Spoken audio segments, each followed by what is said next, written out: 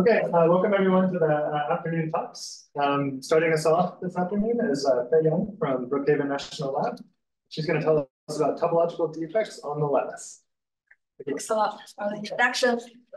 So I would like to start by thanking the organizers for putting together this wonderful conference and also for the invitation to speak here. And then I would follow up with an apology.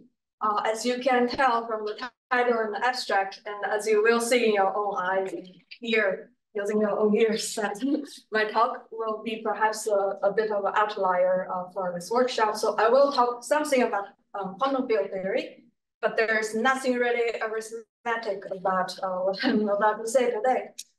So actually, I thought about talking about something slightly different. So I have done some work on skin algebras and skin modules and linking invariant and category, some related questions about categorification in that direction. But I haven't been thinking about that for a little bit because I'm trying to think about some sort of new things. So, and that's why I decided to try to fit this little bit outlier to here, so that I could also hear something about feedbacks from you all. Okay, so let me first tell you about the outline of my talk. So I'll start with motivation. So the motivation is the following. So okay, you're mathematicians, but I suppose you're also interested in physics. So you're not, then perhaps it's unbelief. But even for physicists, you could ask the following question: why do we care about physics on the lattice? So the setup is the following. Suppose you define a physical system on lattice, which flows at long distances or low energies to some effective continuum field theory. And you could potentially ask yourself, why don't we just stay in the continuum, right? I'm a continuum person. I just want to look at continuum quantum field theory, as we all learn, or as we learn in different versions from textbooks. I want to motivate that we have to care about physics on the lattice. So there are many, many different reasons, good reasons for people to start care, well, people already care about for people to care about physics on the lattice. So first of all, once you formulated your physical system on the lattice, you could put it on a computer, be it classical computer or your quantum computer, because right now there's a huge trend to do that. Then you could simulate your physical problems. So you can get a handle. That opens so many pathways to numerical or algorithm, like many different methods to study actual physical systems. Secondly, lots of experiments, in particular in condensed matter physics, they happen in a lattice setup. So if you want to describe what they observe, like trying to explain or trying to cook up models, trying to match the experimental results, you have to think about lattice systems. And the third one, which is perhaps also more relevant to you guys here, which is a more theoretical perspective. Namely, suppose you want to compute some observables using path integral. And then, so I always hear this in the mathematicians say path integral is not well defined. But suppose you have a lattice regularization of some continuum field theory, then you could formulate a path integral which is better defined in some sense than your continuum version of path integral. So perhaps mathematicians also could feel a little bit better about what physics really do calculations in quantum field theory. So I'll get back to the motivation part later. I should say that I tried to formulate this talk as a colloquium level talk. So if you want to learn, if you want to know more details, I will more than happy to talk to you about the details. But like this talk is about like trying to, because it's already an outlier, so I'm trying to tell you the big story here. Okay, so we should care about physics of the lattice, and then there are lots of subtleties when comparing lattice with continuum. So first thing you could ask is, how do the operators compare? How do so for example, local operators on the lattice match to local fields in the continuum? And already there, it's a very subtle question. And not to mention extended operators, which appear in many mathematical physics contexts. So today I will talk about some simplified version, some simple representative of this class of problems. So namely, I will be looking at 2D rational conformal field theories and studying topological line operators in those theories. Mathematically, those topological lines are described in the language of fusion category. But this is perhaps the second last time I will mention this word fusion category. As you will see, as I will comment later, it's actually pretty difficult to extract all the data of the fusion category directly from the lattice. And okay, so I will start with this brief review here, and then I'll describe how to write down the lattice counterpart of this topological lines in the lattice regularization of this 2D rational CFT. So here 2 minus 1 is equal to 1. I already subtracted the time dimension. So when I say 1D quantum pinching is the spatial dimension is 1. Okay, so I should say like everything else I'm saying today is nothing new. It's been around for maybe 20 or 30 years, but recently people have been revisiting this subject in the context of generalized global symmetries.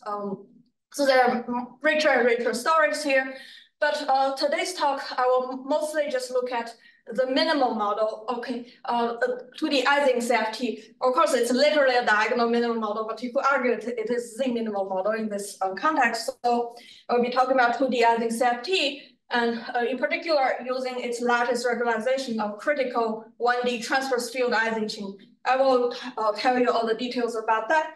And I should say that I said something about three-state plots in the abstract, so I lied there. I won't be talking about anything about three-state plots. But if you're interested, I had some recent paper with my, well, preprint to be precise, with my collaborators, which tells the generalization of the story in the three-state plots model, where the story is richer, like you see interesting things which you don't observe in the Ising case. For example, we found like a lattice counterpart for the Fibonacci annual topological line hidden in the three-state plots model. And I should also mention that all this context could be fit into like the regime of quantum information and quantum computing. And the relation of these things here with quantum information and quantum computing is also twofold. So you could think of these kind of problems as formulating some toy problems, which actually come up in your actual quantum system. On the other hand, these are also perfectly setups for you to do quantum simulations. And there's sort of like explosions of work in that directions too.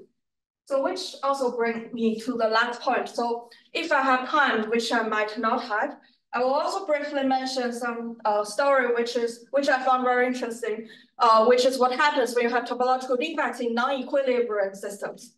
So I should say that one of my regrets in studying quantum field theory is I didn't pay too much attention in this kind of non-equilibrium systems. I guess it would have been different if I worked on cosmology, for example. But there are many interesting things there. This also fits into this regime of quantum information and quantum computing. Namely, you could use this as a toy setup to study, for example, dissipation problems or noise problem in your quantum devices. So in particular, I can also tell you afterwards is you could study the so-called periodically driven Floquet system. What a periodically driven means you're periodically pumping energy into your system. So as you could imagine, the system generically would heat up. What does heat up mean? That means after sufficiently long time, you would forget where you started with initially. So you don't have memory of your initial condition. However, when you have topological defects in your system, sometimes they could trap some zero modes locally around this defect, which sort of like is stable even at high temperature and also relatively robust when you turn on perturbation. So this gives you a potential setup to study quantum memory and also has a potential application to store quantum information. Although that is a little bit far-fetched, like to actually realize it's like experimental, like in a useful way. But anyway, so this part of problem is also something I've been thinking about recently with my collaborator, mostly Aditi Mishra, who is a professor at NYU, who had some paper last year, and then there should be someone to appear soon. Okay, so I have finished my talk. I feel like the motivation part is more important because this is already kind of like shows how to do. So now I will actually start my talk. So let me just recap a little bit about this motivation part. So one could ask yourself, what is quantum field theory? And of course, I'm by no means qualified to answer this question. But I'll just say a few words about it. in the first class or your quantum field theory, or at least in mine, so we first started learning a perturbative formulation of quantum field theory. So what does that mean is you compute your observables in path integral and then expand it in some coupling constant. And then it's regularized order by order. So now that approach has been a huge process, like not only in the large, the collider physics or to like other effective field theory, which describes like actual physical system, it has a huge success. However, as we already learned from this textbook, that this expansion, it's an asymptotic expansion. It has zero convergence radius. So what people usually do is just truncating at some power. Now, of course, there's a question of what's the optimal truncation order, and that differs by system. But most of the time, you don't even get to have this computational material, computational capacity to go to that optimal order. So there's a huge question of how, like, what kind of actual, in particular, non-perturbative physics can you extract from this asymptotic series? And then there's this huge business of resurgence, which means you need to think of some way to properly resum your series. So for example, you could do Brauer resummation. The series is like the coefficients is diverges factorially, you just do the Brauer summation. And in your Brauer transform, it has poles in the Brauer plane, and those poles encode the physics of your actual system. And now, since most people here in mathematical physics, so we know that for this kind of Brauer summation business has a lot of there are a lot of work in this business, for example, in compaction sample theory or topological strings, and even in 4 equals to SUSY theory, when you think about this in the context of exact WKB method. I myself also worked a little bit on that. I'm still interested in that. But again, like in actual, in the non-SUSY setting, in a generic physical system, it's very difficult to do this kind of resummation and to extract non-perturbative effect. And now, of course, you could also say we can add something to quantum field theory, make it nicer. So like supersymmetry, for example, then everything is nice and beautiful. And for example, and also additionally, when we have supersymmetry, you could do this various twisting, and then to get to the regime of cohomological TPFT, which I'm sure we will hear about more in this workshop. I think, for example, David Gaioto will talk something about that. Okay, so let me stop here. You can add more things, and everything's beautiful and nice and clean.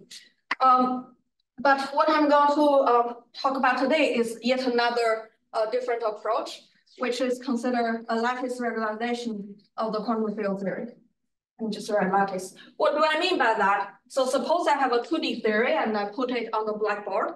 And in the continuum, it's just this blackboard. But I could try to formulate it in a, for example, square lattice. So I draw a square lattice. And then at each lattice point, I will have some field degree of freedom labeled by the lattice set. I'll call it phi j.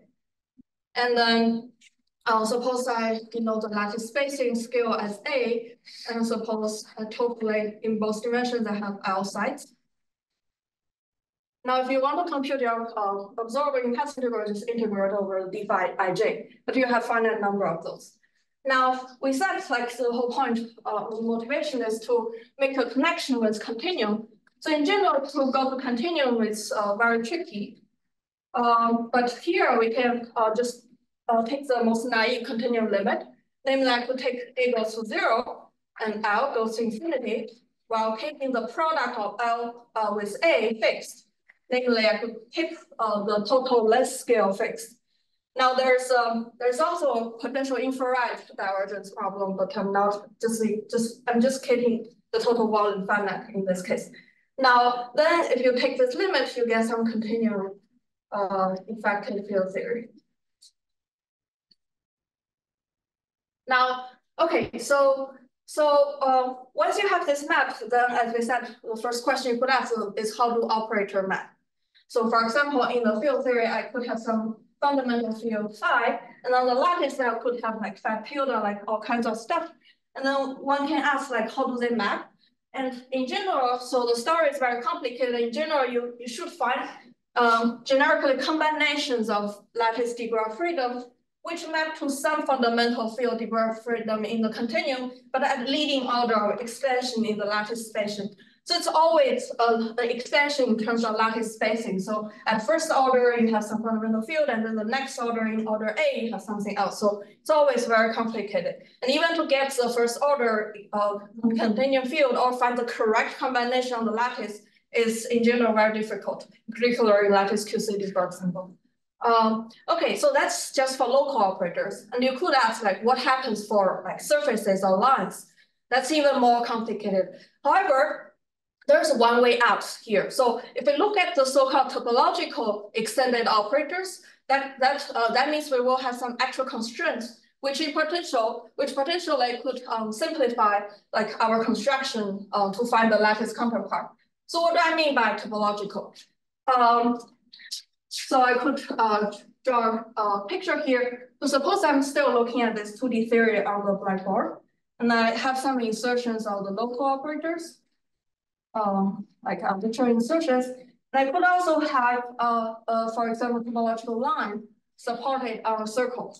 And what does topological mean? Topological means you could deform this yellow line here arbitrarily, as long as it does not cross over other local operator insertions. The partition function does not change. I should make a small comment that I'm talking about flat space-time partition functions. So it's put out curved to the, for example, to the surface, then there could be a phase related to some orientation only. But here, everything, you can just say flat space-time doesn't change. So, okay, so that actually gives you a lot of constraints because you have to construct in certain way that when you move the location of this topological line, your partition function cannot change. And that turns out to be a useful way to constrain your lattice realizations of this topological defect. So in some sense, this topological extended operators sit in between like generic local operators and generic extended operators. So it's something which is still doable. But generically, what happens, although it doesn't happen in the Ising model, what happens is you could have something on the lattice which is not really topological. So like it doesn't really remain invariant on the lattice. But when you flow to the continuum, this non-topologicality disappears. And that's exactly what we found in this three-state pulse model for the Fibonacci annual topological line. But I will be happy to talk more about it, not in the talk. Okay, so that's the motivation part. And now I'm actually going to start my talk. So I hope you're somehow entertained by this not so mathematical rigorous talk. Okay, so I'll start by first reviewing the 2D Ising CFT and what are the topological lines in the theory. Okay, so 2D Ising CFT. And they said this is perhaps the minimum model if you want to study this kind of thing. So it has central charge 1/2, and it's a diagonal model.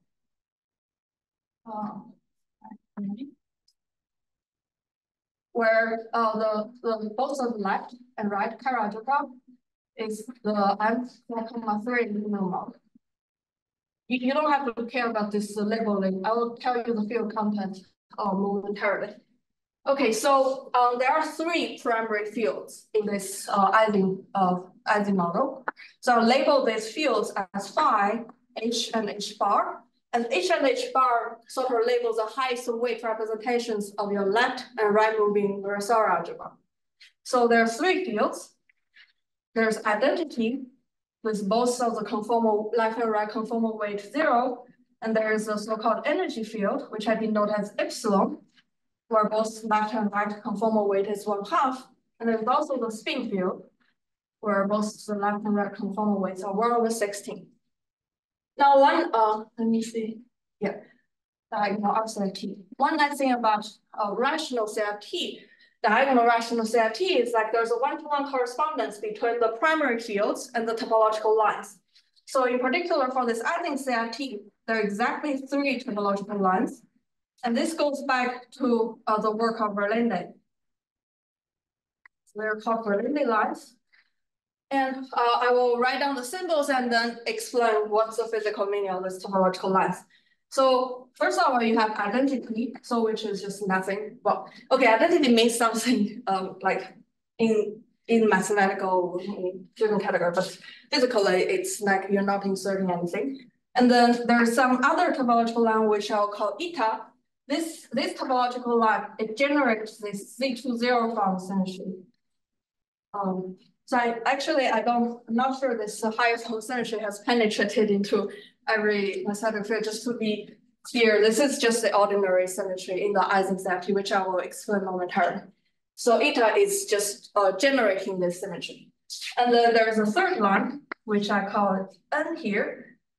This is related to the so-called Kramers-Vernier duality transformation of the Ising model, which I will also tell you more about it later. So there are three topological lines, identity, eta, and N. So as we said earlier, so these three things are the simple object in the so-called Ising fusion category.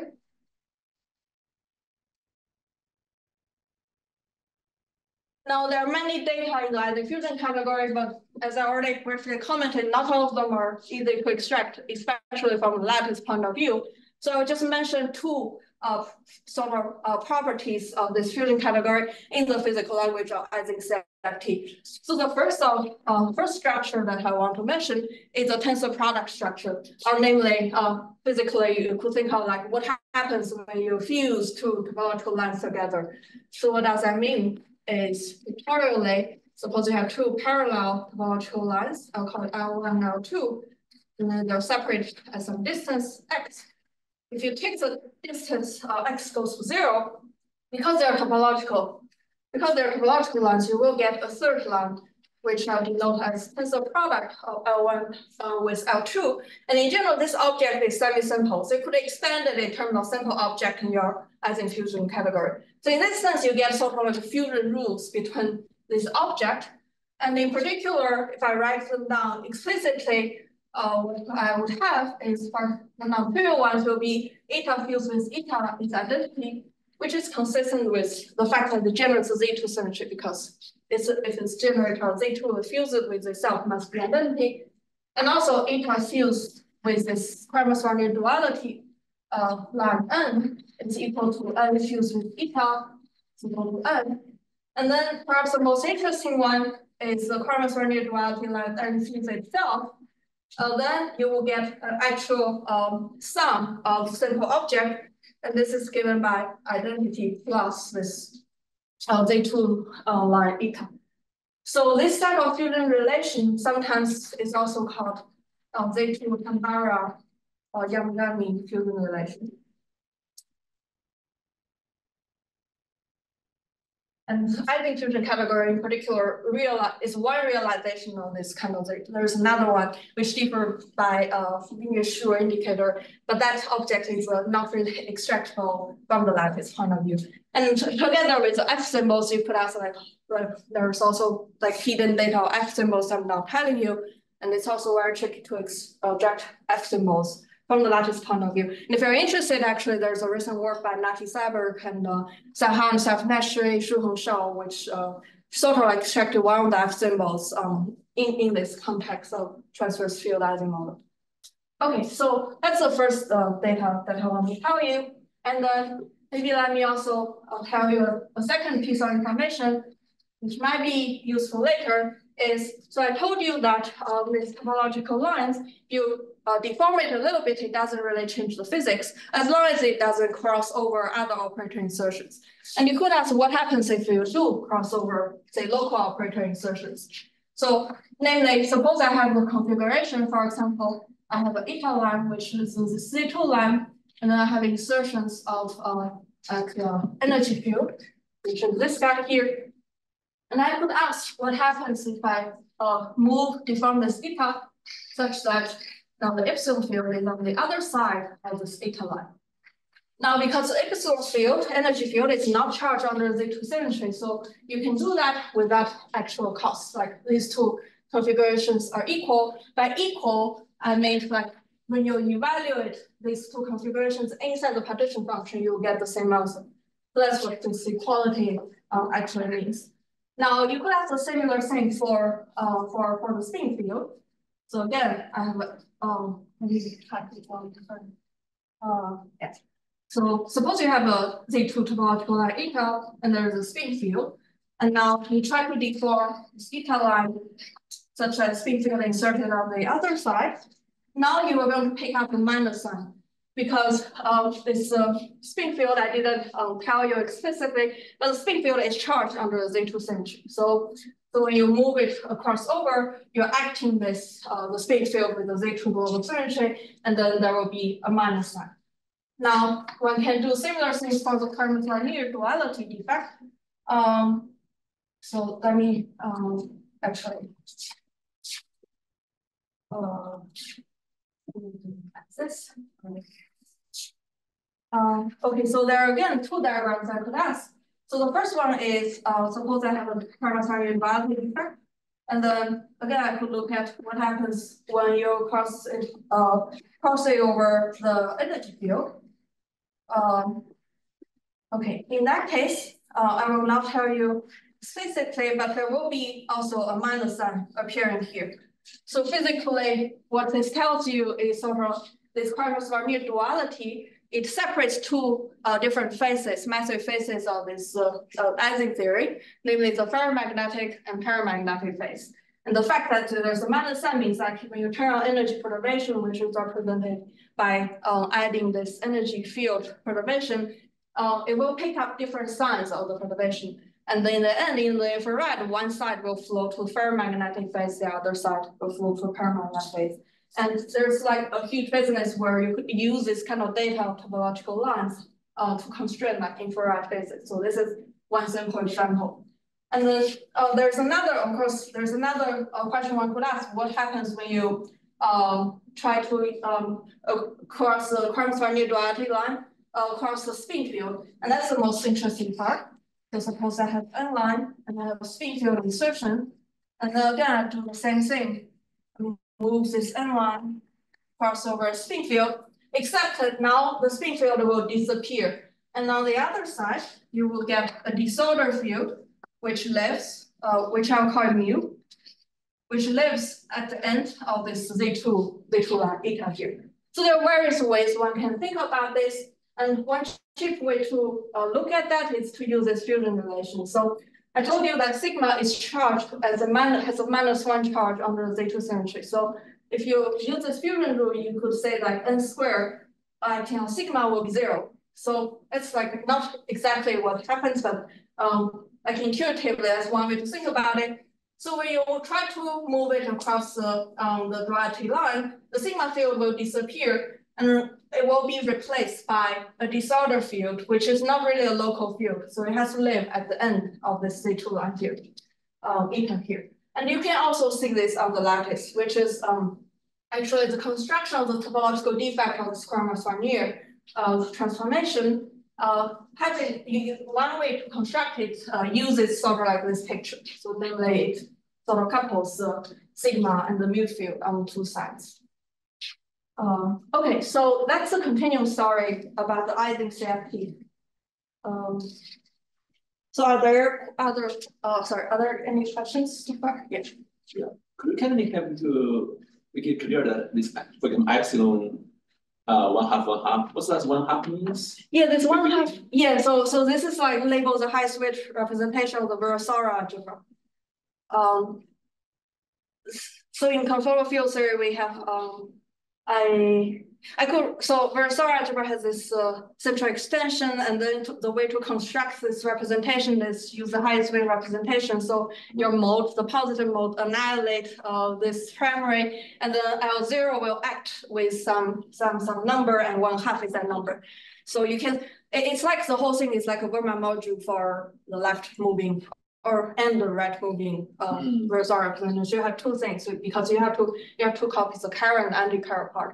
And these two numbers, in principle, it could be different, but the diagonal model, they're always the same. Yeah. Yeah, sorry, I should have said a little more about the conformal theory, but this is like labeled the highest weight representation of the Virasoro algebra. Okay. Is there a sense in which the chiral algebra is acting on these topological lines? Is that what you're describing over here on the right-hand side? Or? Yeah, so you can think of this as the action of the topological line on the primary fields, which are corresponding to like this highest weight of this highest weight representation of the chiral algebra. Now there is a way to think about it differently. Namely, I could think about the 2D theory as living on the boundary of the 3D slab, where the 3D in the slide picture, in the bulk, I have some 3D TQFT with all these topological line data. And for diagonal model, it's just a slide with like chiral half and the anti-chiral half. And then these topological lines and primary fields, they actually come from the same object. So local field you could think of as spanning a topological line in the 3D TQFT, along the slab direction, such that when you switch the whole thing to 2D, it gives you a point operator. And this topological line just placing parallel to the boundary. Oh, so these are both lines. Exactly. Okay. Yeah. So I should say things are more complicated if you consider non-diagonal models. So you could have a slab where you could have some surface in the middle where the line label could change when you cross the surface. That's actually also one way to say for non-diagonal model, these two numbers are different, but there's a way to compute this kind of thing. Are there other questions? Okay, so so this is a continuum story, and now I'm going to go to the lattice. So, which is I think I'm like about halfway through, which is not exactly more than halfway through. Okay, so now I'm going to tell you a lattice model, which is supposedly give you a lattice regularization of this 2D Ising CFT. And this lattice model is also very simple looking, as you will see momentarily. So everything just boils down to matrix algebras. So there's mathematically, it's a very simple formalism. However, it gives you powerful tools to study some physical problems. So the lattice model I will be using is transverse field Ising model.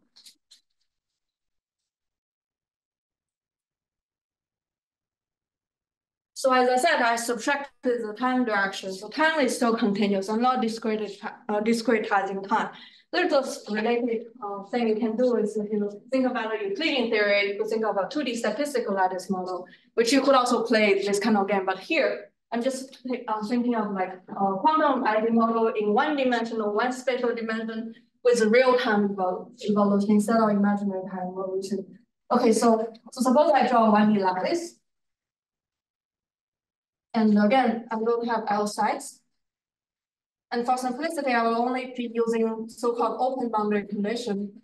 So namely, I do not impose any constraints at the end of the space instead of pinning the spin to like up or down. You can also do that, but not today.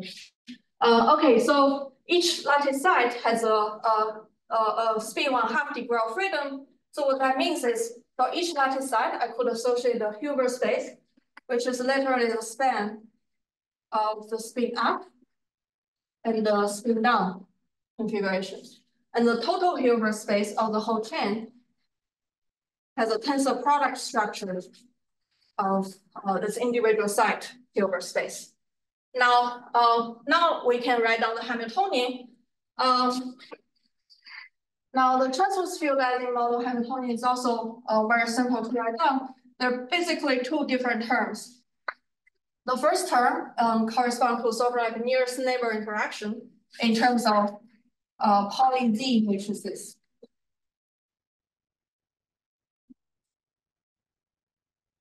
Where I mean write the tensor product, I should say like this is the only time I will say this notation. This notation means I'm acting with identity on everything except on side I and the side I plus 1. So this is what this notation means. And sometimes I will even drop the tensor product, but it really means this. Okay, so now that this is the first term. And then there's also a second term with some coupling strings, which I'll call it H here, which is just acting with poly X operators on all sides. Now I should remind, I'm using the poly matrices, I'm just using the standard conventions, but sigma Z is 1, 0, 0, -1, and then sigma X is 1, 0, 0, 1, 1, 2. Namely, if you think about the Z basis, you have spin up is like 1, 0, and spin down 0, 1. and then sigma x just flips the spin. Okay, so this is an innocent looking Hamiltonian with this transverse field strength. Now, this model has, as we said already earlier, it has a Z2 symmetry. How do I see this Z2 symmetry on the lattice? So this Z2 symmetry physically corresponds to spin flip. So it's, in particular, it's generated by the following chart. So as a reminder, we're talking about this ordinary symmetry. It should be supported on the codimension one thing in the 2D space-time. Now, I'm only talking about space. This is an operator, so it should be supported along the whole spin chain. So this Z2 charge is given by the tensor product of all the sites where the poly X operator will act on each individual site. And you can check that if you conjugate, for example, a poly Z operator on set J with its Z2 charge, it will induce some flip exactly just because the poly matrix are decommute, and then it's like every other site will just pass through. So that means this single sigma Z on any individual site will be charged under the Z2 symmetry. However, if you look at the Hamiltonian, the sigma Z always appears at this nearest neighbor thing, so that the QZ2 actually commute with the Hamiltonian. Which is makes sense because it has to be a symmetry of the model. Now, so okay, this is a symmetry property of this this model, and I should also say that because it's sigma Z, the poly Z operator, it's charged under the Z2. It gives you sort of like the first order lattice counterpart for the spin field, which we briefly talked about here in the continuum. Now you could ask, like, what about the energy field, this epsilon 1/2. That one is more tricky. So it's basically going to be given by like sigma Z minus sigma x, such that when you add the energy field to your Hamiltonian, you're sort of shifting the value of H, which gives you, I will not go into detail, but roughly speaking, gives you this energy perturbation such that you're move you away from the critical point. Okay, so now, okay, so the transverse field Ising model is interesting because there's sort of like some sort of computation between these two different terms. So I could take some special limit to make it more precise. So let me first take the limit of this transverse field H goes to 0. Then you just have this one term, like ZZ term. Now, if you look at this matrices and then this kind of spin up, spin down configurations, this term in particular tends to align your spin. So for example, you could have all the spins in spin up configuration, or they're all in the spin down configuration. Now for small h, there will be some finite energy splitting, which is exponentially small as a system size. So in the thermodynamic limit, you have sort of like a degenerate ground state. Either all spin up or every spin is placed downwards. So that's one limit. And then in the other limit, if you send h goes to infinity, then this term is not important anymore. And then you only have this poly x operator. So to get the ground state, it will align your spin all in the so-called plus, like the plus one eigenvalue of the poly x operator. So namely, I define the plus states to be this kind of symmetric combination of spin up and spin down.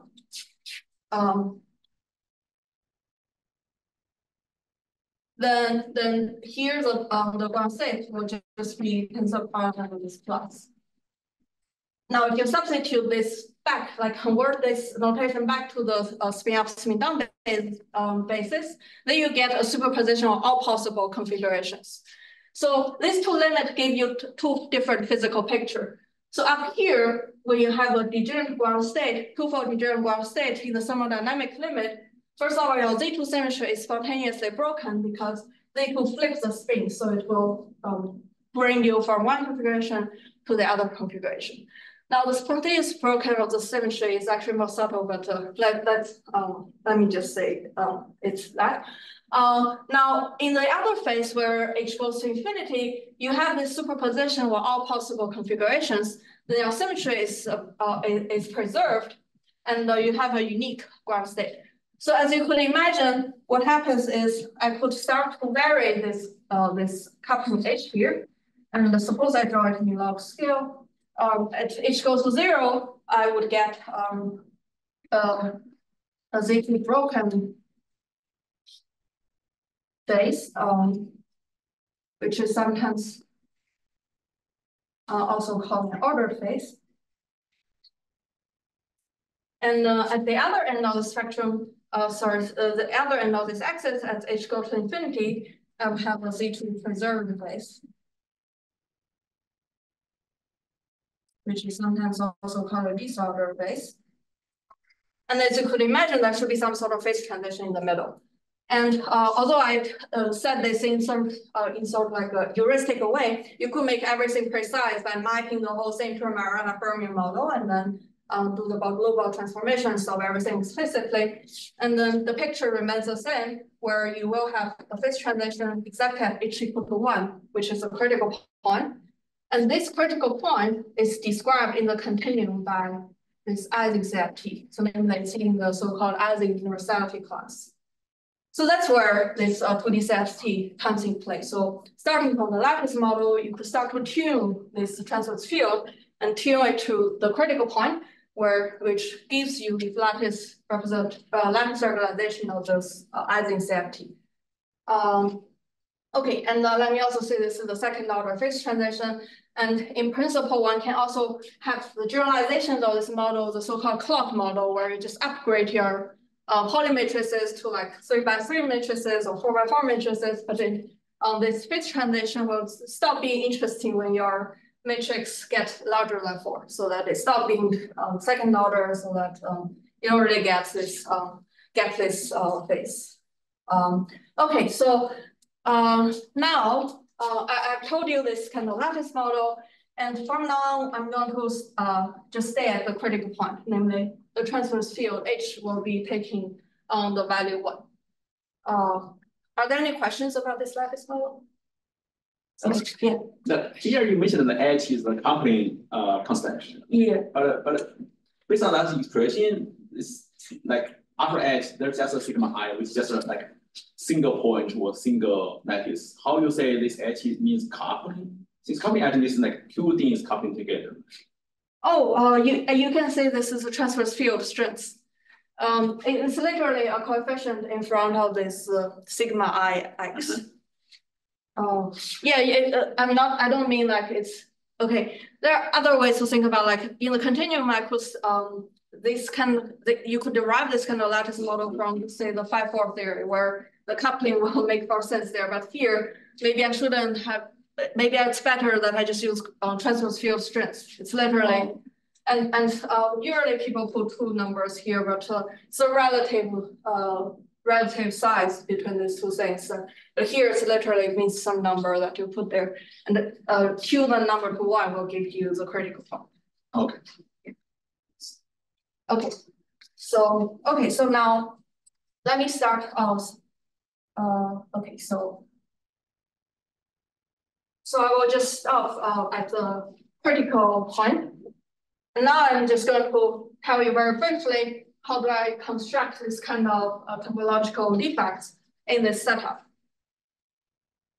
Now, before I actually write down the concrete defect Hamiltonian instances, let me just make 2 comments here. So if I want to talk about topological defects, what do I mean by that? Because in the continuum, I told you this is our topological line, so they're supported in a 1-dimensional thing. So here, I'm only having a 1-dimensional spatial direction. So naturally, you will think there are 2 objects to look at here. The first one is an operator, extended operator, supported along the whole chip. And for example, the Z2 charge that I already raised is exactly the lattice representative of the eta line in the operator channel. Now, there's also like Kramers-Warnier operator, which is actually quite complicated. So there's a whole business of actually constructing this kind of extended operators, which I'm not going to talk about today. Today, I'm going to talk about defects. But defect literally means this 1-dimensional thing is extending along time direction. So it's only like point like in spatial directions. So that means these topological defects correspond to some sort of local multiplication to my Hamiltonian. So I will label this as HD, where D could be, the defect could be eta or n, where this local multiplication will happen between two sets, which I label as n0 and n0 plus 1. So the endpoint is construction is to give you this kind of Hamiltonian, which is modified only at two sets. The second remark is I spent quite some time to motivate, the topological property is nice so that it gives you some sort of constraint. So how does this topological property represent on the lattice? Like, what's the requirement for this defect to be topological? What it means in this context is that there exists a unitary which is locally supported on set I0 and I0 plus 1, such that if you conjugate your original Hamiltonian, H eta or n, also set I0 plus 1, if you conjugate your original defect Hamiltonian, where the defect is located between sets I0 and I0 plus 1, you will move the location of this defect so that you will get a similar defect Hamiltonian, except that the defect is now, for example, located between sets I0 plus 1 and I0 plus 2. So namely, by applying this local unitary, you're moving the location of the defect. Now, why is this topological? If you put these kind of things, suppose you want to compute some correlation functions with some other local operator insertions, but insert it away from the defect.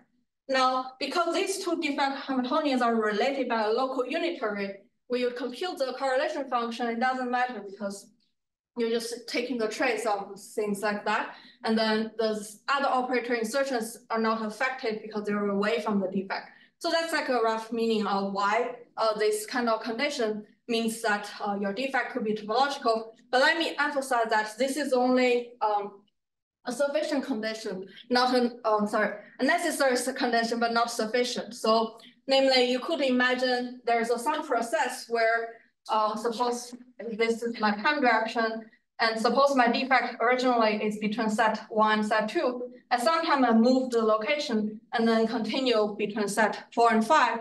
Now, this process, so this will be a time-like defect, but in the middle, you will insert some space like line operator. So to fully say everything is really topological, this kind of defect channel has to be also coupled like into this operator channel. And that's a very intricate business. And there's not there's not a quick answer for like different systems. For Ising, you don't need to worry about that. But so we could just take this existing local unitary as a criterion for being that topological. Okay, so now let me first write down this defect Hamiltonian for this Z2 defect. So maybe I could just write it here. That's probably state. So my original Hamiltonian just this, you have poly ZZs and the transverse field, and then the coupling is tuned to be at the critical point. And so the eta defect, where the defect inserted between sets I0 and I0 plus 1. So everything is almost the same. I just copy it here, but except that for the bound between set I0 and I0 plus 1, instead of a minus sign, I will have a plus sign here.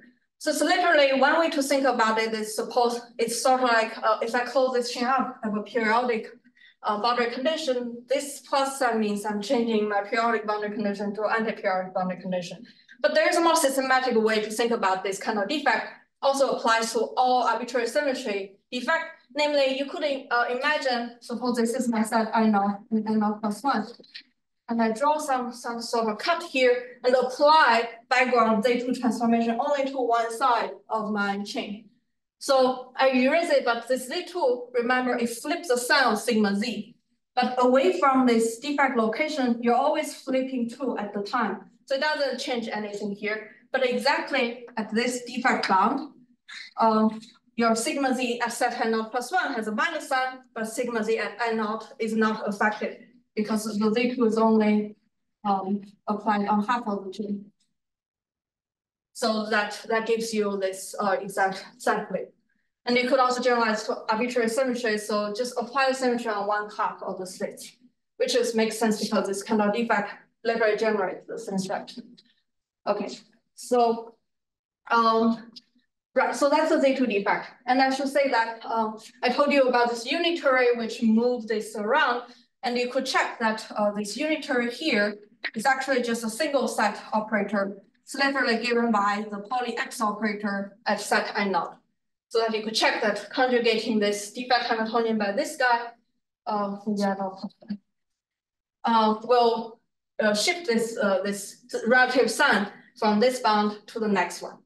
And you can also check fusion. For example, when you have two Z2 defects side by side, you could apply this kind of unitary to move one on top of each other, and then every sum will be just recovered to be like the original Hamiltonian. So I'm not going to talk into detail about that, but that's like one way to think about the fusion on the lattice in this picture.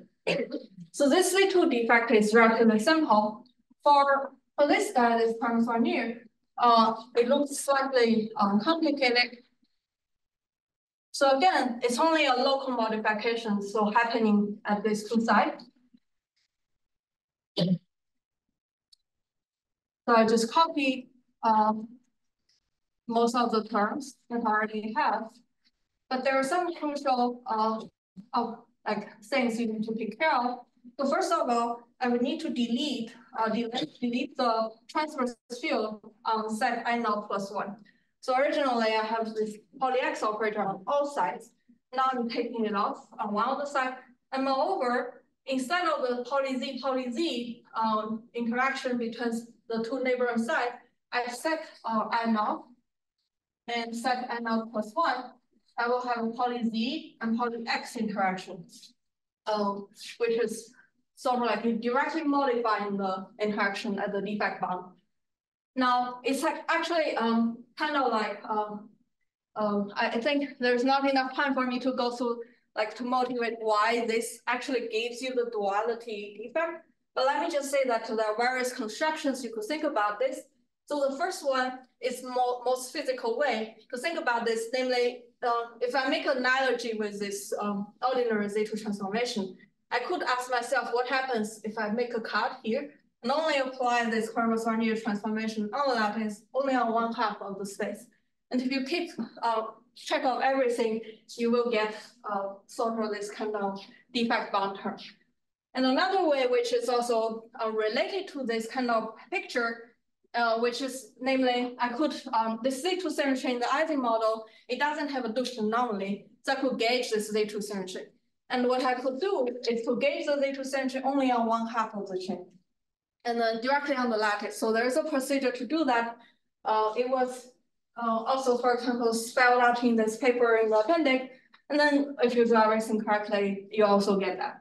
And the last thing I want to say is to motivate a little bit from this picture here. So I didn't tell you like the details of this lattice version of Cronus-Varnier transformation, but basically what you do is you define this dual spin field, which is attached to this Z2 line given by poly X operator. So it's a string of poly X operators. And you see that I naught plus 1 is a single sigma X operator here. So precisely at the defect bound, if I just do Cronus-Varnier on one side, I will get a coupling between sigma and my dual spin field mu. Just like right at the defect bound, you will have on one side you have sigma, on the other side you have mu. So it's sort of like consistent with what you would expect in a continuum. And let me also comment that I said like everything sort of like encode the data of Ising fusion category, and you can construct everything here. And also in some other default model using Ising fusion category data, and which will be containing this to a peer paper with Aditi Mishra, which we consider some default Ising model using the Ising fusion category data. Okay, so this is a duality defect Hamiltonian. And now let me just quickly say what's this unitary which could move you move the location of this chromosome duality defect. So this unitary will be supported on two sides, and it's given by a composition of the Hadamard gate, which I will explain momentarily, and the so-called control A gate. This Hadamard gate, you could think of it as effectively exchanging the sigma x operator with the sigma z operator at this particular set n0 plus 1. And this control A gate is like a two-set gate, which means set n0, if I have spin up, then on set n0 plus 1, I don't apply anything, or I apply identity. Versus if on set n0, I read this spin down configuration, then on set n0 plus 1, I'll be applying the poly-z matrix, poly-z operator. So it's like a two-set gate. And it's one of the gates in different quantum computing platforms, they pick different two-set gates, and sometimes this is one of the fundamental ones. So, okay, so also, I don't have time to show you, but I can show you later if you're interested. You substitute this into this kind of condition, you will see that it's actually, you will be able to move the location of the defect. Okay, so now let me also say that there are other checks one can do to compare this lattice version with the CFT version. So one thing is I could ask, what's the defect Hilbert space spectrum? So I told you about this story on the open boundary, but I could close it up. So consider a circular chain with this kind of defect. The continuum analog will be, I'm considering Hilbert space on the theory, quantized on a circle with a defect, a line defect, locally modifying a point on the circle. And that defect Hilbert space spectrum is very easy to compute using CFT point of view. On the lattice, you could do numerics. You could, in some cases, you could actually solve this exactly, but in generically, you could do numerics, and then you could do a scaling analysis. So because there's always a lattice site L here. So you can take the large L limit and do some extrapolation, and then you could read off all the conformal weights in the defect Hilbert space. So that's one another thing you could check to go compare between this lattice and continuum. And now let me also just say a few words about one possible application of the duality defect. So namely, I told you this story, but this is mostly in an equilibrium setting. So I just have Hamiltonian, and I'm considering what's the Hilbert space spectrum and shut up. So I could consider, for example, a time evolution problem, or some, so for example, some quench problem, or I could just keep applying some periodical drive to my system. And in this Floquet case, which is a case where you keep evolving your system with some periodic time evolution unitary. So one thing you could notice that this sigma z pair and the transverse field, they don't commute with each other. So what you could do is within one period, the first half of a period, you just evolve the system using the poly X operators. In the second period, you evolve the system using the ZZ operator. So there's an ordering there because for non-commutative thing, there's always ordering here. And there is a prescription for given a chosen ordering of this periodic drive, what do I do when I say I want to insert this chromosome duality operator? So there is a natural ordering to put this defect into this periodical drive. And that's also going to appear in this paper. And then once you have this setup, you could start to study the zero mode. You could study its stability, like how it decays, how much it decays when you turn on perturbation and see how stable it is. And so the rough story is the decay does not really, the zero mode does not decay to nothing in general for a small system size. So there's some reservoir effect, which sort of happens there. And also depends on what kind of perturbation you turn on, the decay rate could also be slower. So there's also a lot of physics story there. So that's all I'm going to say. Thank you.